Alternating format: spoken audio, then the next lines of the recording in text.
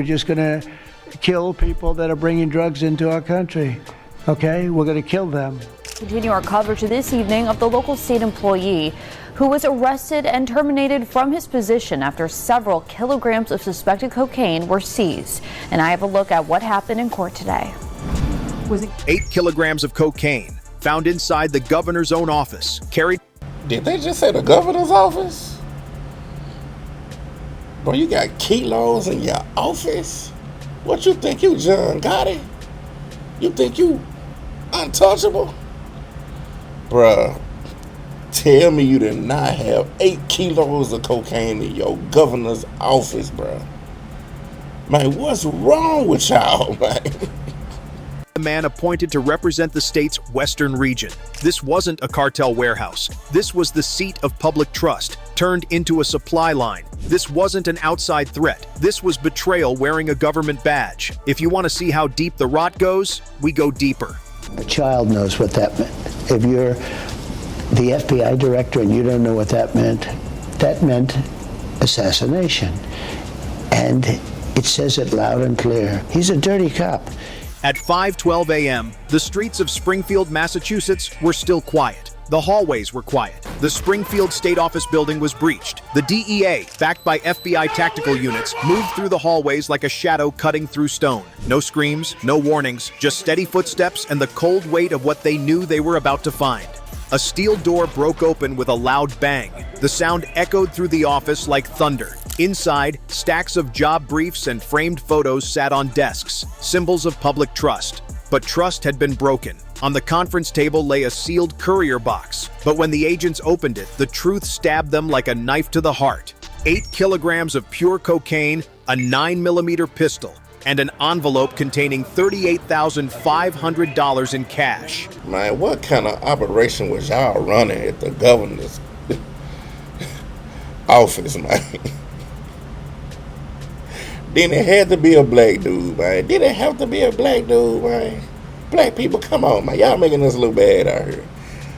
Hey, y'all got kilos in the governor's office.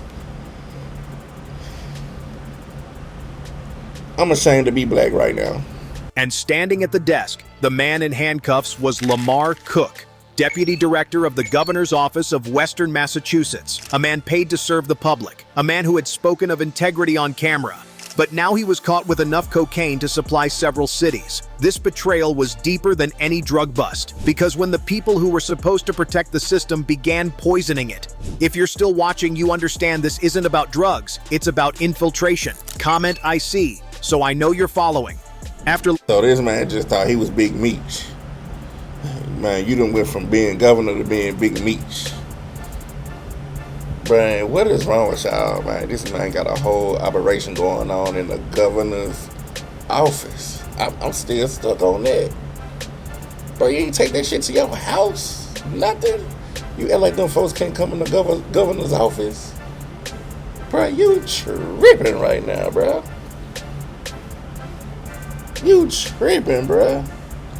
Cook was arrested. The DEA digital forensics team started with the laptop from Cook's desk, encryption not typically found in government buildings. The FBI's cyber unit worked for hours. When the screen was finally unlocked, the investigation had gone from a single arrest to something much larger. The screen was filled with shipping records, schedules, and carefully encrypted notes. Boy, your ass through. Bye-bye. If it's in your ass up the river, bye-bye. You go bye-bye. You go bye-bye. Do not pass go. Hurry up and buy. You go bye-bye. Series of shipments over 14 months. The cartels are all suppressing methamphetamine tablets, and these look exactly like an Adderall pill. Fake pills, fentanyl sticks, methamphetamine. Crystals, these are from Mexico. These are just some of the 500 pounds of drugs seized in a federal crackdown on the Sinaloa cartel. 19 shipments in all, each weighing between 8 and 20 kilograms, all shipped through the regular state postal system and drop-off points inside warehouses and docks. The more they followed the trail, the more names appeared. Not street dealers. It wasn't criminals lurking in the alleys. It was the people who had sworn to serve and protect the people who were now poisoning their own. The names of the positions that emerged were revolting: patrolman, officer, deputy sheriff, court clerk.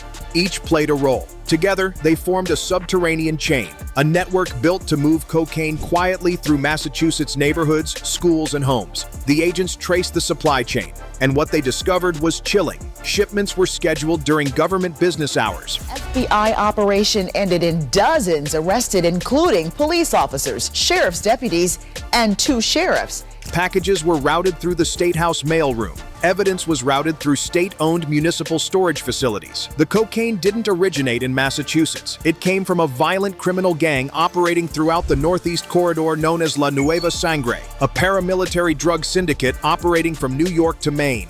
This is a system rotten from within. Badges, positions, oaths, things that were meant to protect the public have been turned against them. And now the question is no longer who, but how far this network has spread. And the next step will not be quiet. It will be a war. This is where the quiet investigation ends. And the war begins. Tap like, so the algorithm doesn't bury this story.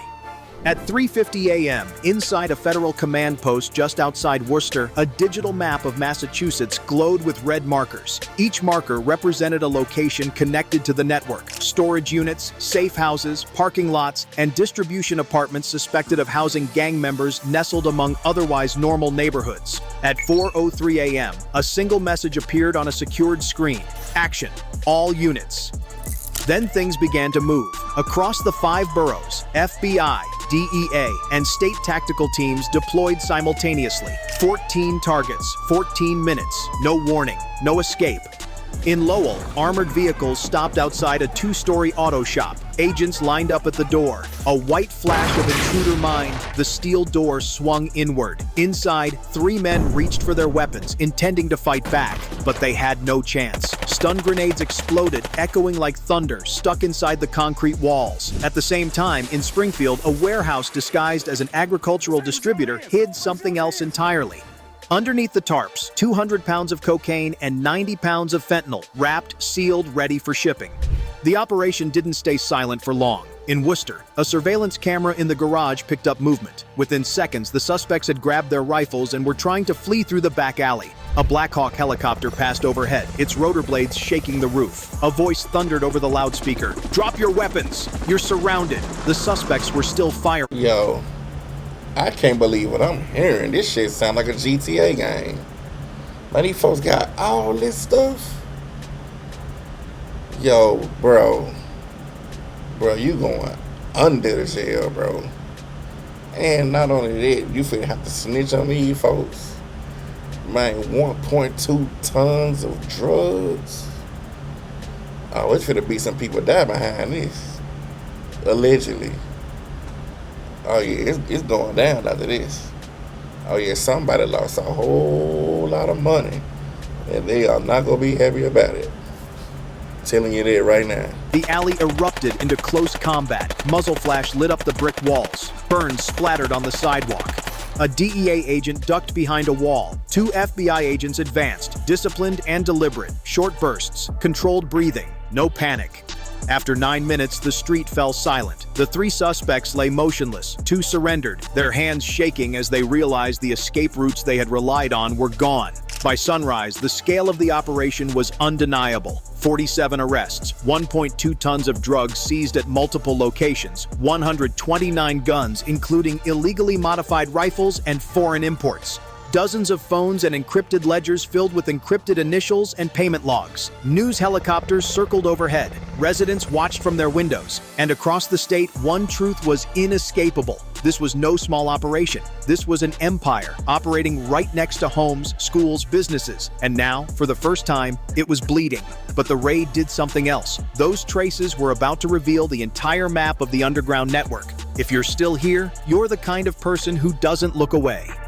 When the smoke cleared and the suspects were carried out in cuffs, the real work began. The raids were only the front door. The true architecture of the network was still hidden, woven through businesses, homes, and institutions that looked ordinary from the outside. Inside the Boston Federal Analysis Center, walls were lined with screens displaying evidence collected overnight. Agents, analysts, financial crime specialists, and cyber teams worked shoulder to shoulder. Every file seized, every hard drive is cloned, every encrypted text decrypted line by line. As the data unfolded, a map began to take shape.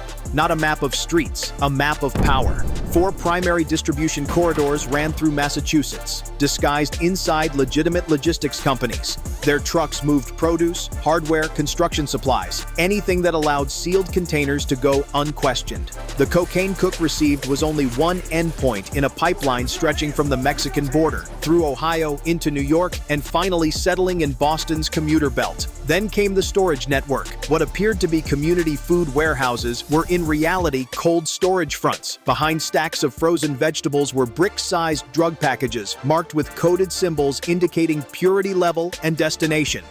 Next were the financial arteries. Analysts identified 2 private casinos, small, exclusive, invitation only. No neon signs, no crowds. Just quiet back rooms where chips became cash and cash became electronic deposits routed into shell companies registered in Delaware and Puerto Rico. No alarms, no audits. Money flowed like it belonged there. The most alarming discovery came from charitable organizations. A nonprofit claiming to support community youth outreach had processed over $11.3 million in donations. The donor names were fake. The money came from drug sales, and the same nonprofit paid speaking fees, campaign support contributions, and security consulting retainers to several local officials. The network had designed itself to look helpful to the community, helpful to the state, helpful to everyone except the families burying their dead from overdoses. This was the heartbreak. The cartel did not hide in the shadows. It wore the mask of everyday life. Your mechanic, your neighbor, your town fundraiser sponsor, your elected representative.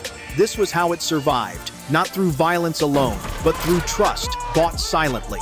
As the final pins went into the investigative board, the room fell quiet. The scale was now undeniable. $220 million in annual profits, thousands of households affected, institutions compromised from within. And yet, something else emerged. Weak points, patterns, locations where operation depended on a small number of individuals still active. The empire may have been wide, but it was also thin in key places. Those places could break. The decision was made. The next phase would not be surveillance. It would be purification. The shield had been stained. Now it will be cleaned. The raids had exposed the network. The map had revealed its shape. But the hardest part was only beginning, because the cartel's greatest weapon was not the drugs it moved. It was the people it had taken with it. At dawn, unmarked federal vans rolled toward police precincts, municipal buildings, and administrative offices across Massachusetts. These were not the fast, violent entries of the earlier raids. These were precise, surgical, inevitable. Inside a district station in Worcester, officers gathered around morning briefings like any other day, until federal agents stepped through the front doors, not with raised weapons, but with warrants. A lieutenant who had served 23 years stared in disbelief as his badge and sidearm were removed. A detective, once praised for reducing neighborhood drug crime, lowered his head as his own handcuffs clicked shut. A procurement official froze when agents opened a filing cabinet and lifted out envelopes of staged community outreach funds that were anything but. 17 police officers, 2 municipal administrators, 1 state procurement advisor, all taken into custody before noon. There were no shouts, no excuses, just silence heavy enough to bend the room. Some officers looked away, some looked at the ground, some watched with pain in their eyes because they had suspected something was wrong but had never believed the betrayal ran this deep. On the sidewalk, an elderly man held a folded American flag, the same flag he once donated to the precinct after his son's funeral. He watched silently as officers were escorted out in cuffs. No shouting, no anger, just the look of someone realizing the uniform he trusted had betrayed him. Outside, citizens gathered in small crowds. Some were angry, some were heartbroken. Many simply stood in still disbelief, because it wasn't strangers who had poisoned their neighborhoods. It was men and women they trusted to guard them. In Boston, the governor addressed the state. His voice did not boom. It was steady, controlled, like someone holding the weight of a cracked foundation. If the badge is used to harm the people, then the shield is broken. And when the shield is broken, we repair it. We do not look away. In response, the Integrity Review Task Force was formed, an independent bureau with full authority to audit police departments, government offices, financial transfers, and procurement chains tied to public agencies. All right, man. It's too much going on with that. It got my head hurting. I don't know what's going on. It's too much going on. These boys was doing the business. whoever he had with him, these folks was doing it big. Y'all just so happened to get caught. Damn. These boys doing it big. Like, right from the governor's office. I still can't get over that. But anyway, man, y'all make sure y'all like, share, and subscribe to the page. Leave your comments. Let me know what y'all think about that.